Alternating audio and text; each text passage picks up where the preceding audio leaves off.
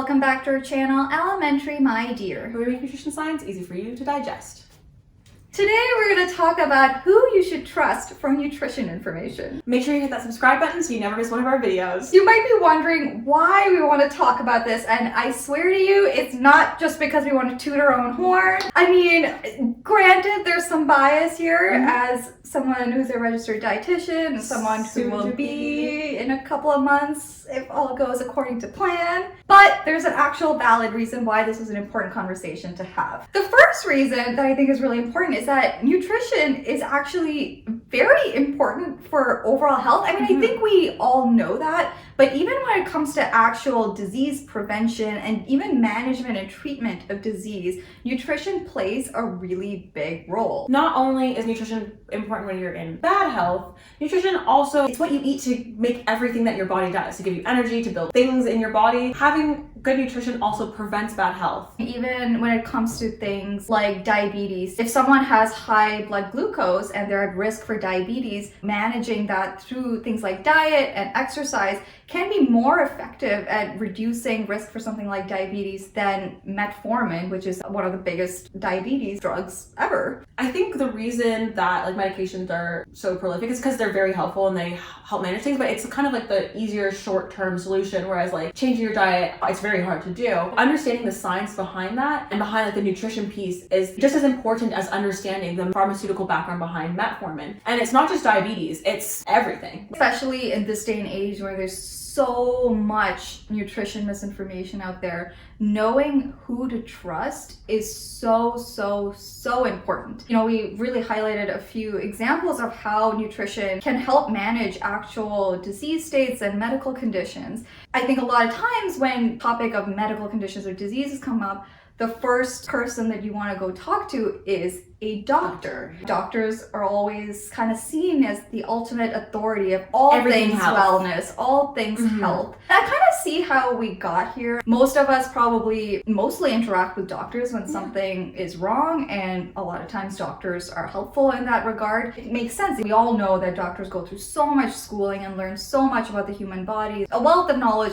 100%. But the question is, should they be your source for nutrition information? And that's a very good question, because doctor's real domain is medicine, not nutrition. In the United States and Canada, there is a requirement of about 25 hours of nutrition information, which Rabina and I were just talking about. And I think in the first week of our nutrition education, we probably hit that target. In the United States, over 70% of programs don't actually meet that 25-hour minimum. In Canada, the average is about 26 hours of education. And you're like, oh, 26 hours, that's a lot of time. When it comes to the fact that we've literally spent 6 years studying nutrition, that's not that much time at all. That, 25, 26 hours is spread out throughout the education. A lot of it is focused on things like biochemistry and specific vitamin deficiencies. And granted, that information is super important. I think on our foundational nutrition courses, that's kind of the stuff that we talk about, things like scurvy, the role of vitamin C, and all of those things. And it's super important to have that foundation. But ultimately, especially in a place like North America, overt vitamin deficiencies are not actually that common. So how useful is that information in day-to-day clinical practice? We started off with those as well, because I think knowing okay, scurvy is this, it tells us what the role of vitamin C is, and B12 deficiency does this, and that tells us what the role of B12 is in the body. But as we advanced in our education, we got to those more chronic disease states, which tend to be more complex because it's not just a one cure thing. It's oh, take a vitamin C supplement, you're good. It's okay, this is holistic. We have to look at it as a whole. It's the whole diet. In medicine, typically it's you have a disease state, we find the mechanism and we try and address that mechanism, or at least address the symptoms, and this is the pill, this is the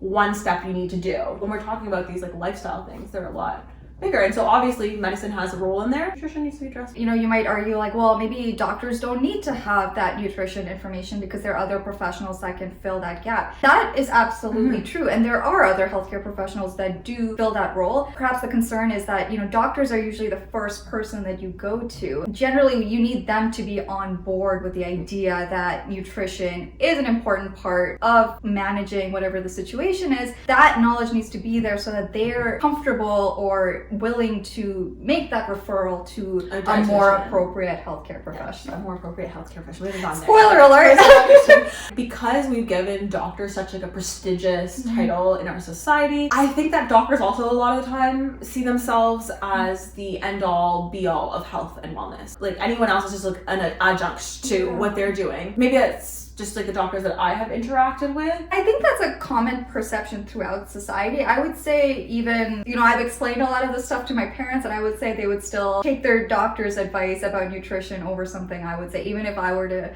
explain why the advice doesn't make sense. There's like a few doctors on TikTok who will like say things. There's one specific doctor on TikTok will say things like, to protect your health, make sure your waist circumference is less than 81 centimeters. And it's like, I guess, but like, what does that mean to anyone? The communication part, they're good at communicating about medicine, about pharmaceuticals. Obviously, pharmacists are like the people on pharmaceuticals, but pharmaceuticals, medicine, disease states, and like how that works, and like how the treatment should go for that. When it comes to like the nutrition piece, that kind of knowledge translation, communication piece, in my experience with doctors, has been lacking. What you were saying before about how, there's medicine and then there's kind of other areas of health that might require more lifelong and like larger changes. A lot of times when you hear that something like holistic approach, the idea of a naturopath might come up.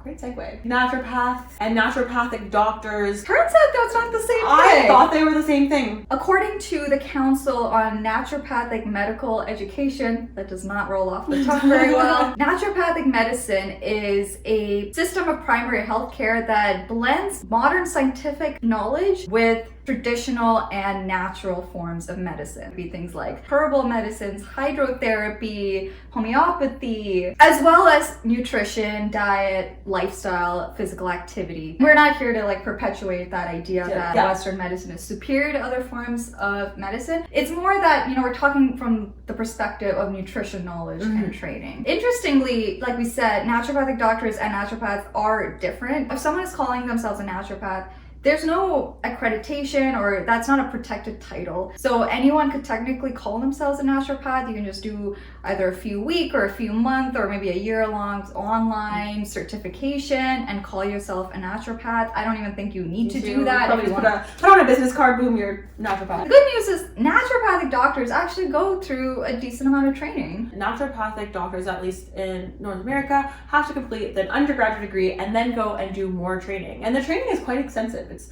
4,100 hours of training, including 1,200 hours of like hands-on practical training. We're looking at the curriculum as part of these naturopathic programs. Nutrition and biochemistry is in there, but there's also, the history of naturopathy, the philosophies, the art, and botanical herbal medicine, and hydrotherapy, and all sorts of other things. Physical medicine, which to be honest, I'm not even totally sure what that means. There is that opportunity to take on more electives in third and fourth year, but again, nutrition is only one small subset of that entire extensive education process. So again, that's something to keep in mind when you're seeking out nutrition information. In my experience of naturopaths, I know a lot of people have gotten like a lot of beneficial experiences with naturopaths, but some of the ideas around nutrition can actually be harmful. For example, they do a lot of like food sensitivity tests because they believe that a lot of disease states can be caused by unknown food sensitivities, and that causes people to have to eliminate hundreds of foods from their diet. And you're like, okay, whatever, they just don't eat those hundreds of foods.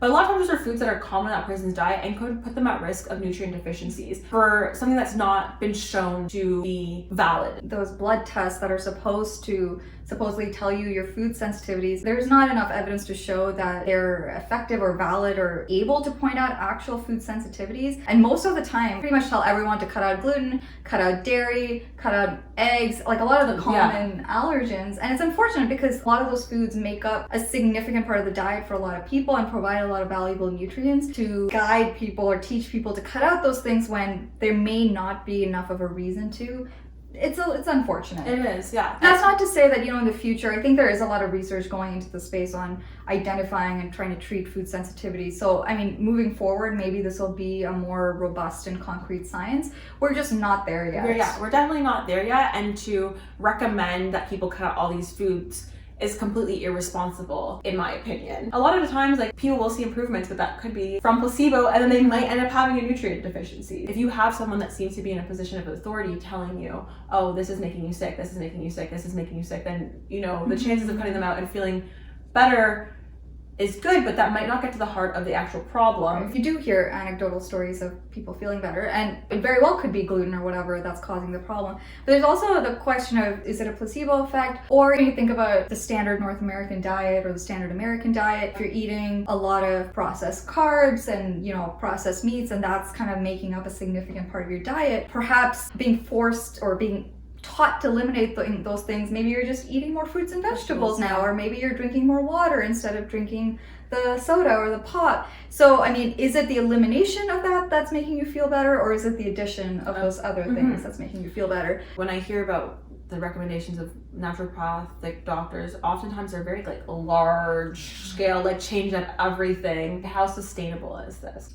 Which brings us into dietetics. Let's talk about registered dietitians. That's me and almost you. The training is quite extensive. For dietetics, you do a 4-year nutrition degree that is recognized by the national governing body for wherever you live. And after that, you need to do practical training for at least a year. It's a 1-year internship or a master's, and most of those masters are about 2 years in length and incorporate practical training. So that's what we both did. That is a good 6 years of education just on nutrition and nutrition adjacent topics. With medical training, the requirement is at least 25 hours of nutrition information. We were just saying how we probably hit that 25-hour target within the first few weeks of our first year. The question is, which healthcare professional to trust when it comes to nutrition information? I think the answer is clear. It's us. It's us. We put a lot of time and effort into this, okay, guys? And we acknowledge the bias here, obviously. Yeah. The point is that I think every professional, they have their domain, their role, they have their domain, they have the thing that they're the experts on. If you needed a surgery,